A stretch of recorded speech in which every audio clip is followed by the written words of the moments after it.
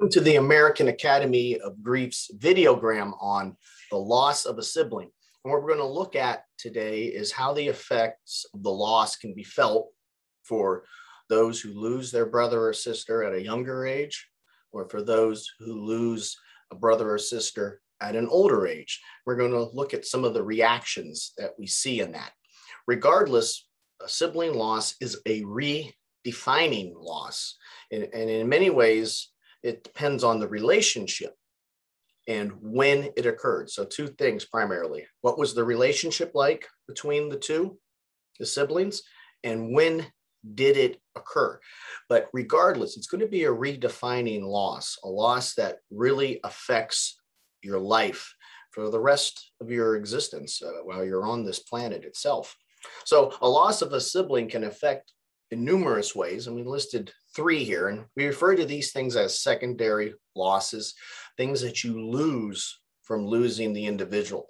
Usually, not always, but for many cases, a sibling throughout your childhood is one of your closest friends, at least the one that you spend the most time with, the one that you talk to the most, the one that you know the best. So closest friends. Sometimes it can be a true friendship. Other times it can be more of a give and take torture, but still there is a bond that if broken through death leaves a ripple effect through the entirety of one's life. Stronger bonds do exist through childhood and into adulthood, while others unfortunately can become estranged. But for the most part, secondary loss is losing someone that you're going to grow up with, that you're going to have throughout your life, that's going to have your back. And that's what brings me to the second one, family support. Family support is key in numerous ways, and not only in childhood, having that extra person in your corner, but throughout adulthood as well, having that extra individual to call in time of crisis, in time of need. And this is something that you usually are going to lose if you lose a sibling to death. And when the parents are gone, a lot of your aunts and uncles are gone, your family is your siblings' future. And that's what that kind of alludes to. What type of future are you going to have? You're going to have a future where you're all alone without any support, anyone to share things with. Some individuals never get married and their siblings are all they have. And maybe their sibling got married and that's the family that they have. So future, how that life is going to pan out determines a lot if you still have your sibling or not. For those who are younger and lose a sibling, they can have a very long impact on how they view the loss itself. Children can have what we call magical thinking and potentially feel that they are to blame because of the loss itself. And let's look at that in three ways, three examples of blaming oneself through magical thinking. First, out of jealousy. The other sibling felt jealous or envious of the success of the other sibling and might have been turned against them. And then when the death occurred, maybe they thought, well, I wish she wasn't around or he wasn't around. And then that person dies, that sibling dies, that brother or sister. And then there's an immense feeling of guilt due to that jealousy. And if they're younger, they may feel that they indirectly caused it. Or even if they're in their teens or older, there could be a severe guilt tied to that jealousy that carries on, and if not addressed and discussed, can form a later complication in the grieving process in adulthood.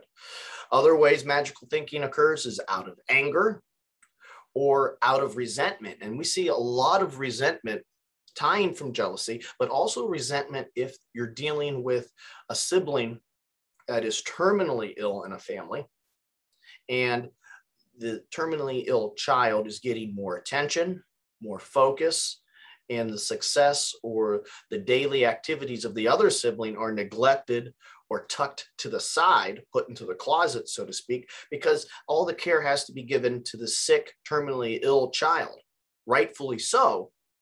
But younger children have a harder time understanding that. And when the child does die, the other surviving child is going to have issues, feeling bad, feeling guilty, maybe possessing that magical thinking that we do discuss. So counseling is very important for siblings who lose a brother or sister. Counseling can remove magical thinking. It can address anger, guilt, and resentment. It can help children understand the loss and that they're still loved and that the family is still going to be there for them. And it also discusses the absence of their sibling and how to process that absence. It can also help families come together stronger and understand the loss and to be there for each other and to understand what each is emotionally going through, mom, dad, and the other children that are still surviving. It is very important to get these things out into the air so that individuals don't grieve privately or grieve in a way that's detrimental to the family unit itself. Now, if you're older, in your 20s, 30s, 40s, 50s, and you lose a sibling, it is sometimes a very existential crisis. It's a loss that is very difficult to process because it never can happen to you, right? You're not going to lose someone that close to you that early. I mean, you've had your brother or sister throughout your teens, 20s, and suddenly as an adult, you lose this individual in your life, and it's very hard to process. There's a lot of denial in it. You just can't believe it happened. And these types of losses can bring one to question one's faith, one's worldviews, and so forth. In addition to that, the multitude of secondary losses come into play. The sibling who passed away might have been financially better off than the other siblings, and that particular brother or sister might have helped out with bills with other brothers and sisters.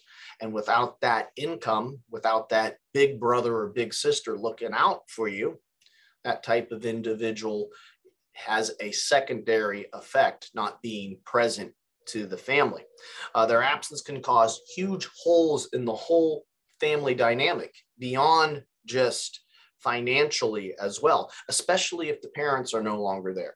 One of the siblings could very much well be a patriarchal or matriarchal figure that leads the family, that is the glue to the family. It keeps the family together.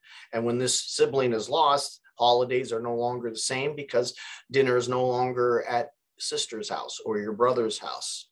And the other individuals fall astray without that unifying sibling, so to speak.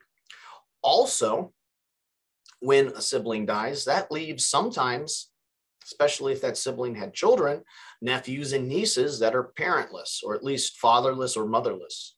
And as an uncle or an aunt, you might have to step into roles that you might not have had before. And you might have to step into larger roles entirely into the structure of the family itself. You might have to become that new cement that ties things together, that brings things together. You might have to become that more responsible figure. And sometimes stepping into roles that you're not designed for can be difficult and cause resentment as well. And it's something that really needs to be thought about and to see how you will fill these roles without causing ripple effects throughout the entire family structure itself, while grieving the primary loss, which is the loss of the sibling, and then dealing with the secondary losses that are manifesting throughout the family now that this important person in your family has passed away. And of course, in some cases, maybe the sibling was on the lower rung of the family's hierarchy, and the loss is just painful.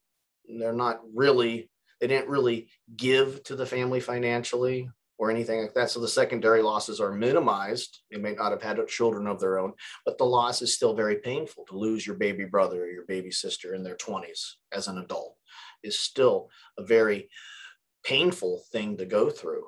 And we can't put value on a sibling or love on a sibling based on the secondary effects of their existence within the circle of our life. So whether or not the loss is at a younger age or an older age, it's going to be impactful. Of course, the relationship plays a role in how much it's going to impact you, because there are, unfortunately, estranged families, but it's still going to be impactful because it is a sibling. and it is going to affect your worldview on how life is. We are the American Academy of Grief Counseling. We offer a grief counseling certification. The link below describes the courses, the 4 core courses that need to be taken for qualified professionals to earn that 4-year certification. The courses are independent study, and you can move at your own speed and at your own pace. You can contact us at 330-652-7776.